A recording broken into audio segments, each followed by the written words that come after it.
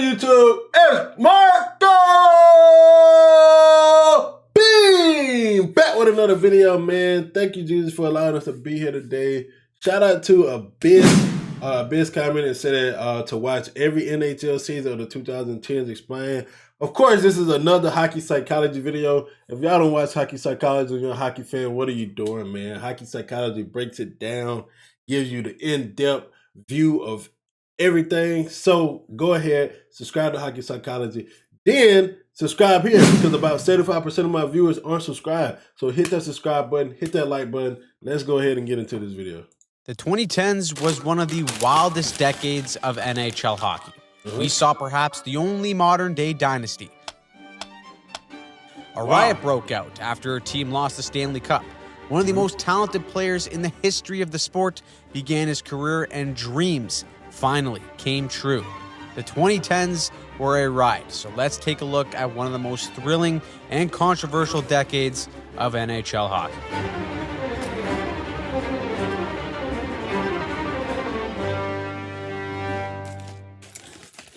Now listen, the offseason is finally almost done, and if you're looking to get some tickets... Now listen, the offseason is finally almost done, and if you're looking to get some tickets on NFL games or NHL preseason games, the easiest way to score a deal on your tickets, they rate every team, Vezina, and Art Ross winners, and you just got to use code HOCKEY15, a great deal from SeatGeek. Starting in 2010, the NHL was dominated by Twins. Yes, the Sedin Twins were at their peak. Daniel scored 85.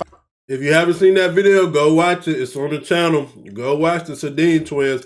I'll try to link it up in the top right. 5 points in just 63 games, while Henrik played a full 82, registering 83 assists and 112 points, leading the league in both categories, along with winning the Hart Trophy as the league MVP. Alex Ovechkin, that handsome son of a gun, finished second in scoring and MVP voting, while he helped lead the Capitals to a dominant finish second in... Whoa, what? I've never seen a young version of Ovechkin. That's crazy. Scoring and MVP voting, while he helped lead the Capitals to a dominant 54-win season. That was good enough for the President's Trophy, but too bad that damn trophy is a curse. Now, the Caps would also make the Leafs proud and blow a 3-1 series lead in the first round to the Montreal Canadiens. We also finished... I'm sorry for pausing.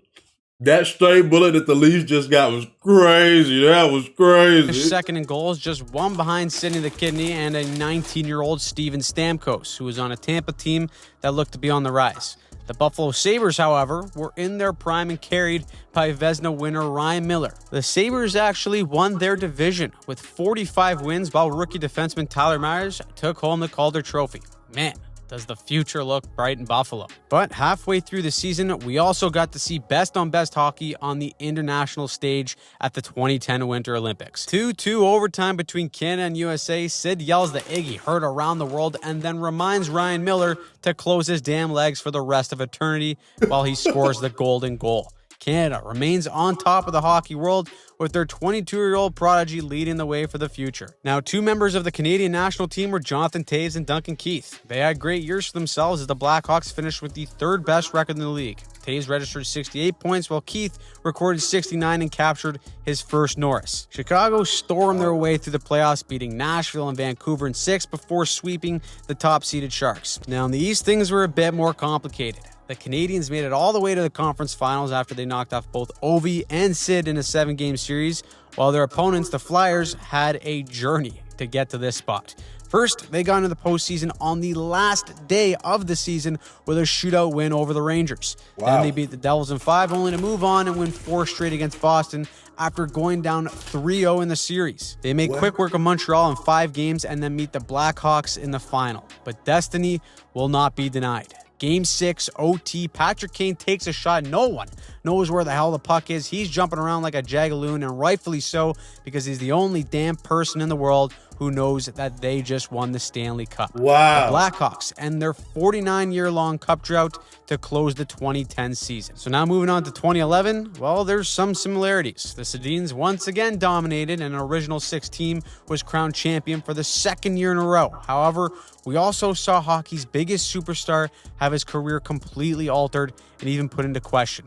At 23 years old, Sidney Crosby was having another fantastic season, and halfway through the year, he was pacing the league in points. But in a Winter Classic game against their bitter rivals in the Capitals, they won 3-1, but Crosby took this hit from David Steckel, and he wasn't right. He would play one more game and then would be out for the rest of the season with a concussion. Without him, the scoring title went to Daniel Sedin, who had 104 points, and Vancouver won 54 games and that ever-so-lovely President's Trophy. All of this while a 40-year-old Nicklas Lindstrom won his 7th Norris Trophy, guiding Detroit to their 20th consecutive season in the playoffs. The Old Heads were dominating this season as a 35-year-old Tim Thomas won his 2nd career Vezina, but the surprise of the whole year was over in Anaheim. A 25-year-old young buck, Corey Perry, who had never scored more than 32 goals in a season, went off for 50 and contributed over 40% of his team goals, helping the Ducks win 47 games and earn himself the MVP trophy. Meanwhile, the Carolina Hurricanes are still one of the most irrelevant teams in the league, but there's an 18-year-old rookie. That's crazy. That's crazy. One of the most irrelevant teams in the league is crazy. Named Jeff Skinner, who came in, scored 31 goals, and got 63 points to win the Calder Trophy. That guy may be huge if he ever makes it to the playoffs. And before the playoffs started, the Atlanta Thrashers played their final game before being relocated to Winnipeg. Turns out the second attempt for hockey in Atlanta was no bueno. Maybe one day Gary decides a third time's a charm. In the playoffs, that President Trophy curse was tested. After the Canucks won the first 3 games against Chicago, they would blow the 3-0 series lead only for Alex Burrows to slay the Dragon in overtime and win in Game 7. The Canucks went on a run after that. They beat Nashville in 6 and San Jose in 5 to book their ticket to the Cup. In the East, without Malkin and Crosby in the postseason, Pittsburgh fell to Tampa in 7, and then the Bolts swept the top-seeded Caps in the second round before meeting the Bruins in the conference final. Too bad, Tim Thomas is a man possessed. 1-0 shutout in Game 7 sets up a Boston versus Vancouver final that was filled with pure hate. Cheap shots, late hits, mind games, bad blood, you name it. This series had it. A back-and-forth war that went 7 games ended with Boston shutting out Vancouver 4-0 on home ice to end their 39-year cup drought while triggering the city of Vancouver into a riot. The fireworks kept on going for the 2012 season as headlines were filled with talks of when. By the way, if you haven't seen the riot video, it's up on the channel too. Sidney Crosby would return from his concussion. In the meantime, Evgeny Malkin spent the year showing that he was no second fiddle. Malkin in the middle was born and he torched the league, putting up 50 goals and leading the NHL with 109 points, his second Art Ross trophy and first Hart trophy as the league MVP. When Crosby did return, he did it in style, going off for 2 goals and 4 points in a 5-0 win over the Islanders. Crosby is back, and Gary and the fellas can rest easy knowing that their face of the league is finally healthy. In the West, Vancouver continued to dominate to start the decade, winning their 2nd straight President's Trophy. How great. In Tampa, remember that kid Steven Stamkos? Well, yeah, he's had another phenomenal season, scoring 60 goals. Only the 2nd time that's happened in the last 15 years, and finishing 2nd in Hart voting despite the Bolts missing the playoffs completely. However, the youth movement is in full force. A 19-year-old Gabriel Landeskog steps right into the NHL, puts up 52 points, and wins the Calder. That's topped by a 21-year-old Swede named Erik Karlsson winning his first Norris Trophy. Winnipeg fans also finally got their team back. Welcome back, Jets, and the welcome party was great, but they missed the playoffs because, well, they're still basically the Atlanta Thrashers. When the playoffs begin, an 8th-seeded LA Kings team is making noise. They shocked everyone, beating the Canucks in 5, President Trophy curse yet again, and steamrolling the Coyotes and Blues on their way to the Cup final. On the other side, we were getting one of the last runs from Martin Brodeur. The New Jersey Devils pulled off an upset of their own, taking down the top-seeded Rangers, but the Kings would not be denied. A few years back, the Kings did make the good choice of getting rid of Jacques Lecoq-Grande and drafting Jonathan Quick to be their future goalie. He quickly became the most... What was his name? Jacques Lecoq? And drafting years back, the Kings did make the good choice of getting rid of Jacques Lecoq-Grande and drafting Jonathan Quick to be their future goalie.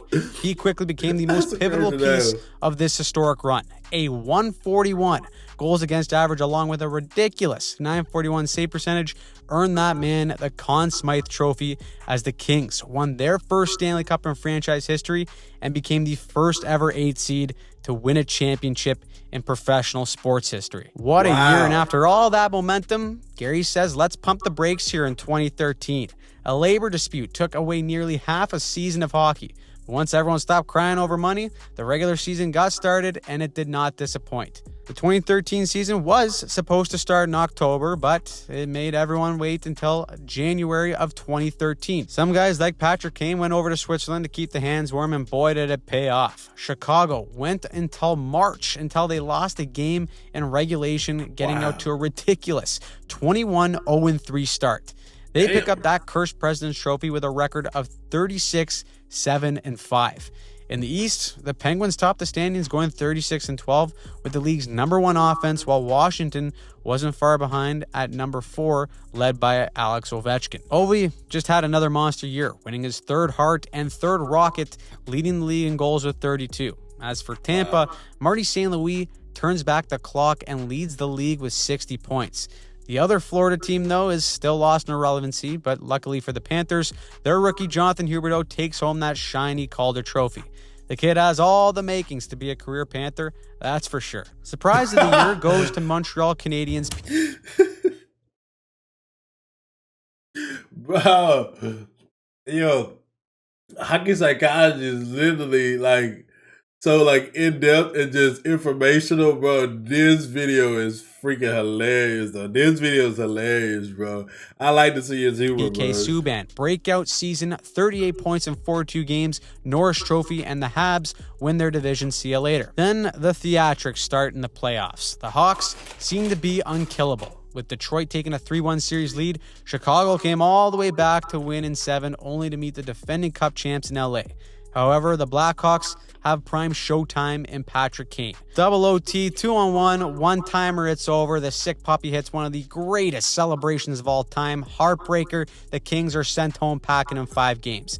Now, speaking of teams that do not die, the Boston Bruins were nothing but a cold body after being down 4-1 with 14 minutes left in the 3rd period of a Game 7. But this is the first round, and they are playing the Toronto Maple Leafs. So we would see one of the greatest comebacks, not only of this decade, but in NHL history, as the Bruins overcame a 3-goal deficit and won an OT. They sweep Sidney the Kidney and hold the league's best offense to only 2 goals for the entire series. If anyone could shut down the Hawks, it would be Boston, but in a do-or-die Game 6, the Bruins held a 1-goal lead in the final minutes. All they had to do was hang on to force a Game 7. But 2013 is the year of the comeback, or chokes, depending on how you look at it. The infamous 17 seconds is all it took for Chicago to score 2 goals. David Bolin with an all-time early celly toss in the gloves. He can't even hide the excitement. Chicago hangs on and wins their 2nd cup in 4 years while going down as one of the most dominant teams in recent NHL memory. Now, as 2014 rolled around, the NHL would get a little shakeup as teams realigned conferences. The Blue Jackets and Red Wings were moved to the Eastern Conference, and Gary finally looked at a map and moved the Jets to the West. The league transitioned from 6 total divisions to 4, along with getting rid of the traditional 1v8 playoff format. A move that absolutely every hockey fan adores until this very day. None of this affected the Boston Bruins as they followed up their loss in the Cup Finals last year with a 54-win President Trophy season headlined by Tuukka Rask winning his first Vezina. At the same time, Sidney Crosby played more than 41 games in a season for the first time since 2010, and he didn't disappoint. The 26-year-old dominated the league, winning the scoring title by almost 20 points with 104 and winning his 2nd MVP trophy. And he also captained Team Canada to a 2nd straight gold medal at the Winter Olympics in Sochi. Can't wait to see what he does at the 2018 Olympics. Now, the Hawks' dominance seemed unfair at this point, as Duncan Keith would pick up his 2nd Norris Trophy of the decade. No big deal, but out of the depths of hell to beat Chicago for the division is the Colorado Avalanche. From worst to first, and it's headlined by their 1st overall pick in Nathan McKinnon. The 18-year-old looks like an absolute freight train, skates like the wind, and wins Rookie of the Year, putting up 63 points. An under-23 core of Gabriel Landeskog, Matt Duchene, Ryan O'Reilly, and Semyon Varlamov means the Avs could be a problem for years to come. Of course, Ovechkin would lead the league in goals again, but his 52 goals weren't even enough for the Caps to make it into the playoffs. And so the narrative around if you can truly win with Alex Ovechkin starts to make a little bit of noise. Now, speaking of noise, the New York Rangers are doing just that, and in a controversial way, too. The Eastern Conference Finals had the Habs versus the Rangers. Carey Price was a man on a mission for Montreal during this run until Chris Kreider goes into him like a goddamn bowling ball and right into Price's knee so that he's knocked out of the series. Wow. Montreal fans still hate Chris Kreider to this day as the Rangers go on to beat the Habs and go to the final to meet none other than the LA. So we reacted to Carey Price highlights, and people commented about his injury, and I did not know that's what happened. Wow, that fucking sucks, bro. Excuse my language. That sucks, bro. LA Kings yet again. LA had a dramatic run of their own after falling behind 3-0 to San Jose in the first round. The Sharks, though, they would suffer one of the worst chokes in NHL history, losing 4 straight. LA says thanks for sucking, beats the Ducks, and then goes 7 games to Chicago in arguably the best heavyweight matchup of the decade. 2 juggernauts giving each other their double bird and smacking each other around, only for LA to get the last laugh to go to the finals. It was the Kings versus the King, Henrik Lundqvist, who's looking for his first Stanley Cup. Unfortunately, Alec Martinez breaks his heart. Double OT, Game 5, series clincher, gives LA their second cup in 3 years. Now, in 2015, if you like scoring, too bad you didn't like hockey this season. We saw league scoring drop to one of its lowest points ever. One reason why was this man, Carey Price. Coming back from the Kreider injury, this guy turned into an absolute brick wall. 44 wins, a .933 save percentage, and a 1.96 goals against was one of the best seasons we've ever seen from a goalie. The first tendy to win the Hart Trophy since 2002, but like I said, scoring goals was a chore for the entire league. The man who won the scoring title this year was Jamie Benn. Yeah, you heard me right. Jamie Benn won the scoring title with just 87 points. No one probably wanted to score this year because this one was the year to tank. With some kid named Connor McDavid touted to be the next one, if you were ass, this was the year to be ass, and no one was more shite. It's about if you were ass, this was a year to be ass. The Buffalo Sabres. The only thing they had to win was the lottery. Ovi, on the other hand, he still scored 53 goals in his sleep. Absolute machine that still ended up falling short in the second round of the playoffs to the Rangers. The Ovi lore of not winning the big one gets a little bit stronger.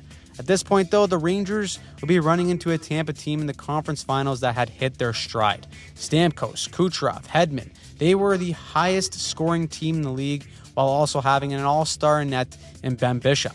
But this is the era of the Chicago Blackhawks. A dynasty is being born right in front of our eyes. Wow. 6 games and another Patrick Kane finish to put a stamp on one of the most dominant runs we've seen in years. 3 cups in 6 years, the Blackhawks are a wagon and no one can stop them. However, in 2016, there was a new future face of the league. Remember that Sabres tank job? Well, turns out they can't even win the damn lottery. They lost the McDavid sweepstakes to the Edmonton Oilers and had to settle for Jack Eichel. Don't worry though, Sabres fans. He is unbelievable. He will be the face of your franchise for many years to come.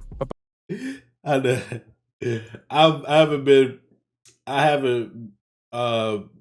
been into hockey that long, but I can tell you I never heard of that guy. Before the regular season could even begin, there was bids for a team in either Quebec City or Las Vegas. Not sure how a team in Vegas would even stay sober enough to hit the ice, but we'll see how that goes.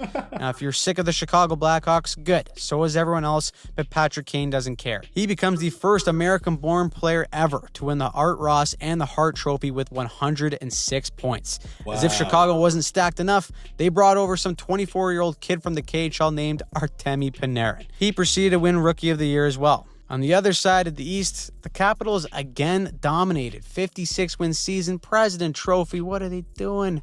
Ovi, still tucking 50 for yet another Rocket. This may finally be the year. It has to be. But if there's one man who's stopping him, it's his arch rival in Sidney Crosby. After beating Philly in 6, Washington and Pittsburgh would meet in the playoffs for the first time since 2009, where Sid and Ovi had dueling hat tricks, only for Crosby's Penguins to move on and win a cup. This year seemed to follow the same pattern. a 6-game war that would ultimately end with Nick Bonino telling the Caps to go Nina no into the night as Ovi and the Caps' second-round narrative continues to live on. After Pittsburgh narrowly beat Tampa in 7 games, the Penguins would meet the San Jose Sharks. The Sharks, despite having one of the most productive and talented cores of this decade, always seem to either fall short of expectations or just flat out choke in the biggest moments. Wow. But this year seemed different.